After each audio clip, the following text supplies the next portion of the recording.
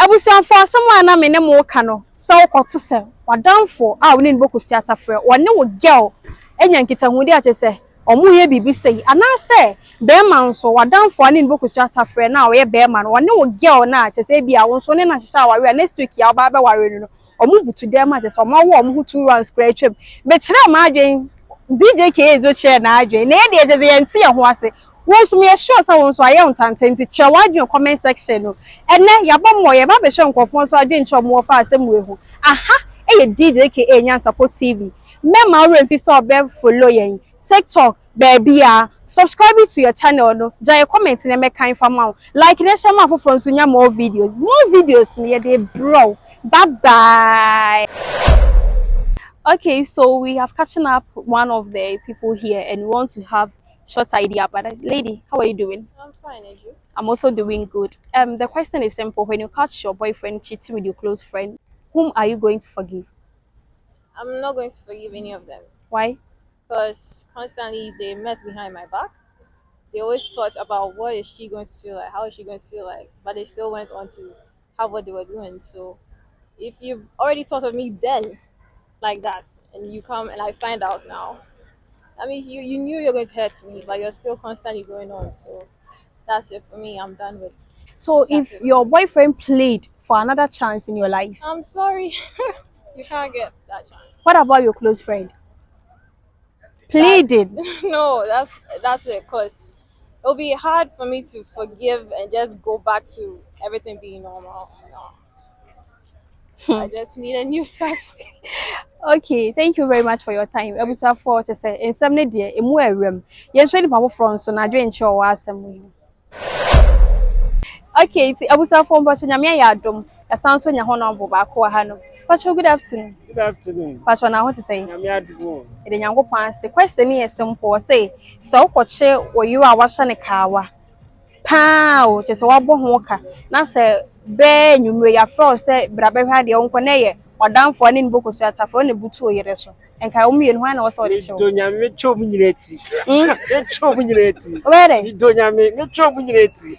Wadamfo me chaditi woni nboko so atafre oyere a wabo ne ho ka me chom nyireti. Aye kese ebusiafo pacho de nti obetwa mu mienu nyineti So ma bojaman. Ti ejaman mbo o si etwa niti Me chaditi. eni owia de eni e bebubu ni mu Hello one time.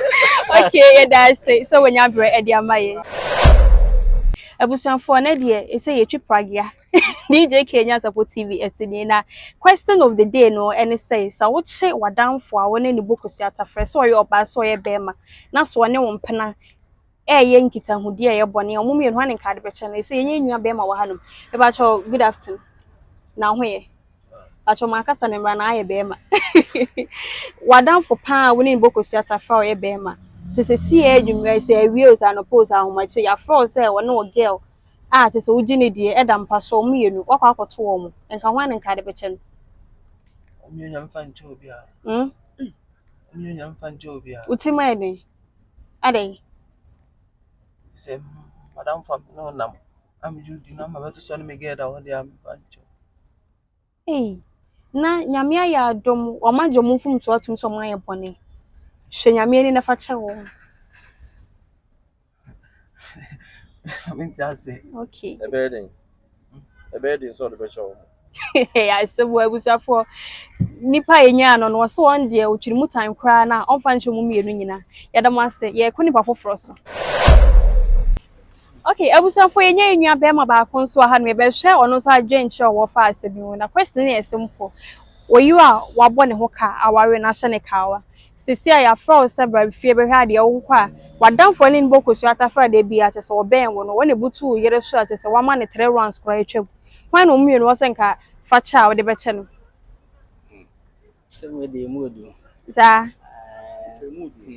Because me am pa de omumu bia me mfancho bia. Oh.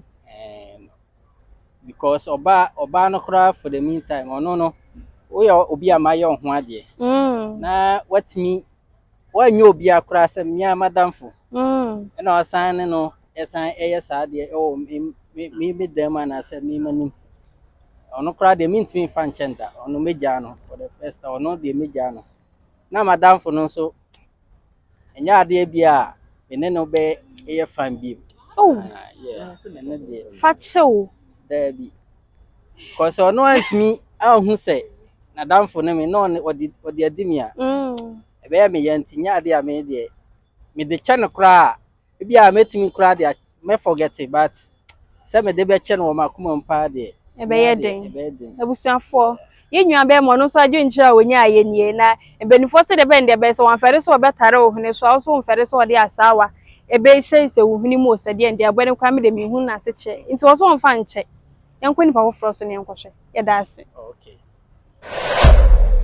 Ebusuafo menye me nua ba fefe enso ha no yembi se wono so adwenkyira wo fa asemi hu na asem ne ye simple se ukoto se wadanfo a woni nibo kosuata fa ne na sha agudi ase wonfuru nkura bremu nyina ate se wonnim ye usu nim no wo boy a wode na hyehya awawe nche e bia next week kura ate se abusuafo bebe mama aware wakoto se wadanfo no e na oboy no e di nkitahu di ate se me kira omo fa omo ho e wo dem e na ode oni akwakopie so omo ye no pa hwan nka wo se wode cha wode be cha Me find chobia. Asambe na nipa ete se ye ehu onye den Me find chobia. madamfo me ne wona adi agora No. you don't care ade Enye so yes so me find chob. It's simple now now boy na no so next week oba waro no umfi go your way. I'll go marry. aware ni ngu It's not a mistake. You can't explain. What me change? What need explanation? Explain tire. No. It's me. eya somo ebusuafo Simple. me da say so onya bra ma me yen hwe nipa foforo nso nhwe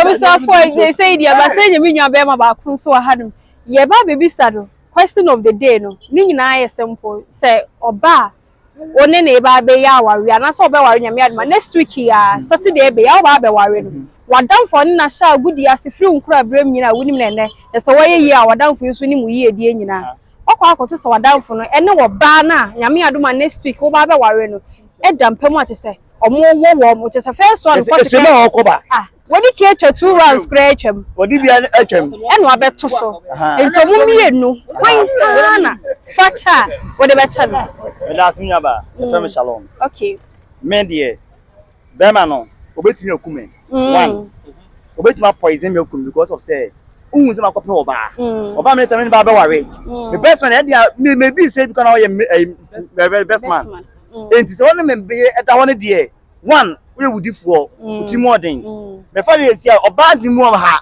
so impre asa oba wo she ayi wei e sha na we she pant na she top e di asam kwa me ka kire na otimro ro wei na ma me asa impre asa bi yankopode ma de abu ahye se bi ma me to ba di mu ha chen be ma ti comment be comment di ma na de be ma de me ban chew oba me do chew oba ma for oba na be ma na de me ti go bi to poison me okumi oba ni ti enti first one ko second round ko ene wa beto su na onim ene dan ko mu de mu okay o ma de nwa che okay asira ko ma de nwa cha minim etimi kan ho ye be ya no only thing say oba no me fa ma de okay be ma no o me kun wo na o be fa oba no me do be che oba no me be che oba no me da so de be che oba me da mi nwa be me nya no so ndo de be che oba ne yankoni pa foforo so e ne yanko so no so adwe nkyere am le che wa ti e ho SM for life ene yi shata uhu na na ese wa hu de yako ye nya SM so ha ye so no so adwe nkyere no okwa akoto wadamfo ne nbo kosu atafra che so onyim bibia efi agura mfiti ase nyina oyi obara ware ni nyame aduma next week wakode mu koye a omumienu na da mpa so te se omudi mpemu agudie why no say o de che na de be che no oba waso aka na e me de to me no me life mu no oba na betumi ka che 100% because yeah oba eni ahoden se be me force no ne nada Dabi. Eye bema no esu. What I say, bema no su. Ai wonu mu. So obepe no. Wa anti asia mara. What I say. Ofo so me madam for boy na okopo ba. Bema no dey no problem. Oba me no problem. Ono oba ni mom. Oba na no problem. Na sanka ebia boy na rape ne nso e. Obe e ka say rape am. Rape am. Me new life say. Me new life say. Obi a o so like 13 years, 14 years, I'm going to want repuno. But I say about being 25 years. You fine, Ben, I've been for a better than quite enough. What I say? It's the mayor for boy, no, walk up a ban, so a ban in the answer. Ah, wouldn't say me, madam, for no one. So what I say, woman, is Bema, since says what else I catching him. What I say, no one who Nana bet to be. The person was all that. How would you feel it? Oh, no, the man, the madam for no problem. What I say, madam, me say, or not to be my master or I wrong. Yes, so the better shower down for now or banning mom. Yes, so we need Yansa Moroso can't tell himself. Okay, you come in will be called Coco while cry boys from in a jail. I bet my friend would win 1 day or family dropping. What I say, once or Bank or that Beman and chain. Oh, tell them you must be found at your wedding. Yes, a man we are okay. I mean, before Bandu and how. Hey, oh, that because this is me, somebody may know that. I mean, you don't know it. Sure. Now, but I mean, there be a man can't you know. I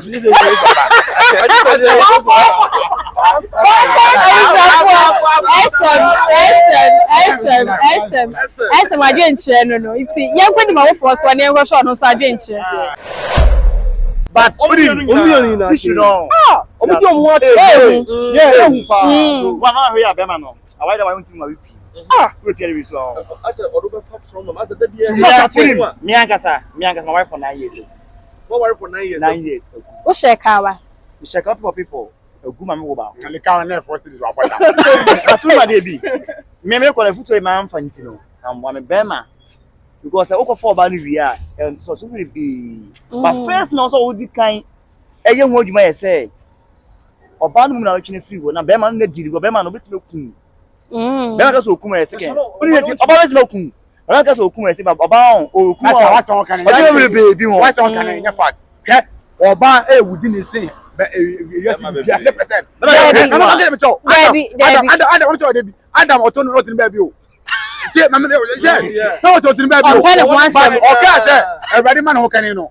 Oba also bonsam o so be ma o. Ti bonsam oba na. Oba o beto wini oba. Bonsam yo oba. But you wini oba no. To wini oba no. So oba ni pre Adam asema dey talk am say na obi are abaka cheme. But also that Adam money am na ko yeso tu bi. Na se me die wo bebrebe say oba. Awu die ko so oga na bebrebe na. Me say oba wu die ba ko say be ma wo ku ni papa ko masa hetini masa. Masa be. Masa be buy. Oba be tia papa me tabu wa. Me obi be to say ku. Na am say happy to be. Me say o emma bebrebe ba won ti so mo hwe ma me nya fima. Because also play. Debi o so dey. Emma bebrebe asiso. A mo hwe o mo ma me nya fima.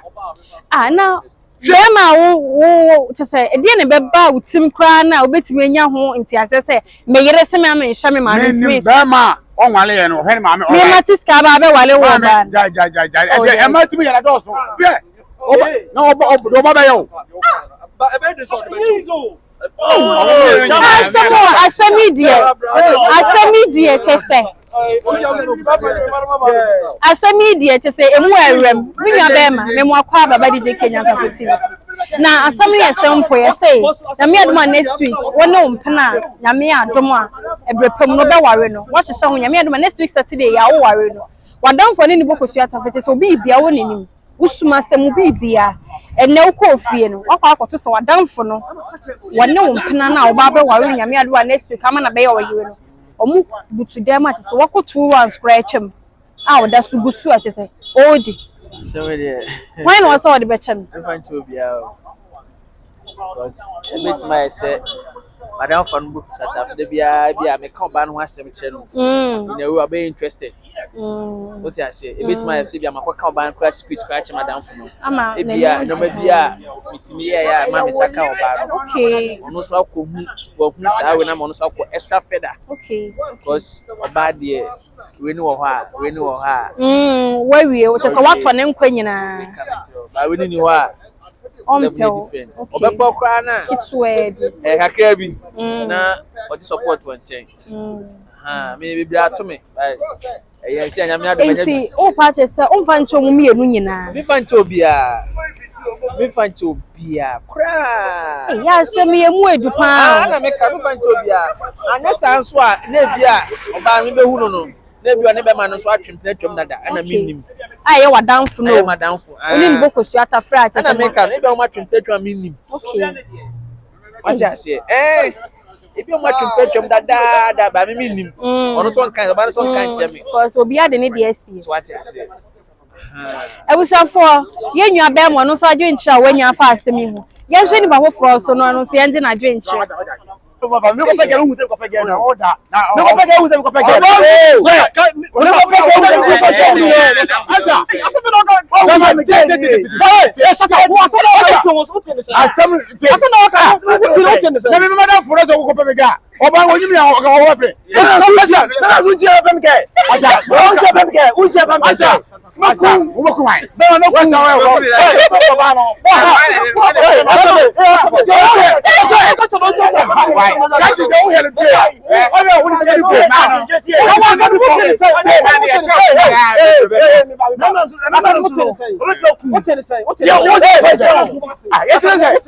Maybe girlfriend, and I'm allowed for me. I don't know what you say. Many but I know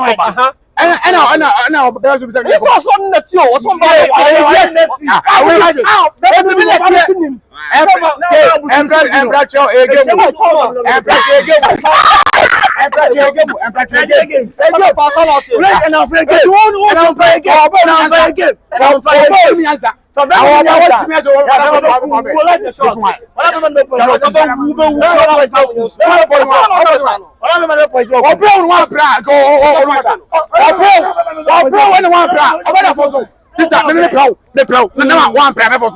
Obade Jimmy, I don't man. That's why you to share Baba.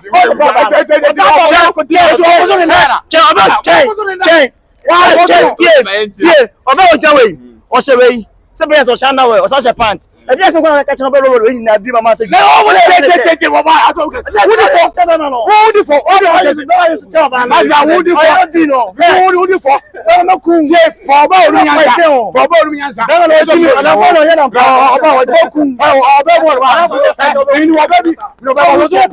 no one play corner any. And I won't.